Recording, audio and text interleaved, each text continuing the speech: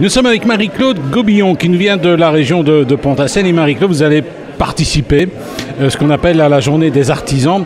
Alors vous êtes artisan de quoi et depuis quand ici? Eh bien, je suis céramiste et potière en même temps, puisque j'ai commencé par la terre naturelle, et puis après je me suis mis à l'émaillage, donc on appelle ça une céramiste maintenant. Oui. Voilà. Et est-ce que c'est une forme d'art qui marche bien? Est-ce que ça a encore du succès? Ben, moi, je peux dire que ça a encore du succès parce que je travaille beaucoup à la demande et je donne des cours de céramique chez moi. Donc, j'attire de plus en plus de personnes, soit qui font un burn-out, soit qui sont prépensionnés, soit qui ont un peu de temps libre ou soit qui veulent vraiment se débarrasser de toutes leurs mauvaises idées pendant toute leur semaine de travail. Voilà. Nous sommes avec Marie-Claude Gobillon qu'on rencontre justement à l'occasion d'un week-end dédié aux artisans. Alors Marie-Claude, vous êtes céramiste. Techniquement, comment on procède? Est-ce qu'il faut un matériel important pour faire de la céramique? Et qu'est-ce qu'il faut comme matériel? Ah oui, il faut, d'abord j'ai mon propre atelier, il faut de la terre, ça serait bien d'avoir une croûteuse parce que ça permet d'aider à travailler par plaque. C'est quoi une croûteuse? Une croûteuse, c'est pour aplatir la terre, pour dire de travailler des plaques et faire des montages. Alors j'ai un tour également parce que je sais tourner et il faut impérativement un four qui est très très onéreux, comme on dit. Oui, ça coûte cher quand même pour faire de la céramique. Hein. Ça coûte très très cher. Nous sommes avec Marie-Claude Gobillon, artiste céramiste. Elle manipule aussi la terre cuite. Alors, c'est quand même un art ancestral, j'ai envie de dire. Même à l'époque romaine, il y avait des céramistes. Hein. Il y en avait, c'est vrai qu'il y en avait énormément.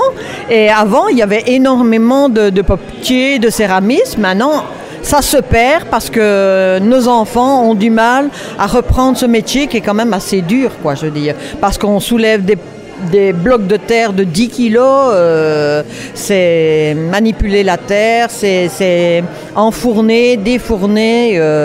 C'est physiquement difficile. C'est quand même lourd, oui. Nous sommes avec Marie-Claude Gobillon qui est artiste céramiste et avec elle on parle de ce métier, de cet art passionnant.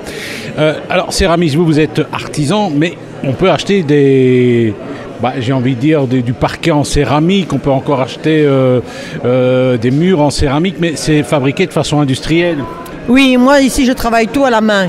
Donc moi je travaille encore... Un carrelage, vous pourriez faire un carrelage en céramique? Je peux faire un carrelage, je fais tout. Je fais des fontaines, des horloges, des statuettes modernes, des services complets pour les gens où je crée leur propre design. Avec mon propre design, je crée les pièces exprès pour eux, quoi, je veux dire. Hein. Oui, c'est-à-dire que vous imaginez aussi les pièces, vous avez aussi des talents de designer, de dessinatrice. J'ai des talents, mais je ne suis pas designer à la base. Vous travaillez parfois avec d'autres artisans, est-ce qu'il y a des compléments qui existent? Oui, ça c'est déjà arrivé. Ici, j'ai fait une fois un projet pour un jeune qui sortait de l'école et qui faisait son design. Et justement, j'ai créé sa tasse qu'il avait créée uniquement sur base de plan, quoi, je veux dire ainsi. Marie-Claude Gobillon, on la rencontre à l'occasion du week-end des artisans. Elle est céramiste, elle manipule la terre cuite. Alors, est-ce que ça coûte cher une œuvre en céramique? Ben, il y en a pour tous les prix. Tout dépend le temps qu'on passe sur l'œuvre. Tout dépend. Moi, je dis par exemple, quand j'émaille une pièce, ça dépend de l'émaillage. Si vous avez des rouges, ça coûte 2 fois plus cher que si vous la prenez en blanc. Donc, tout dépend de la personne, de son intérieur. C'est un monde, quoi, je veux dire assez. Vous avez un site internet, une page Facebook?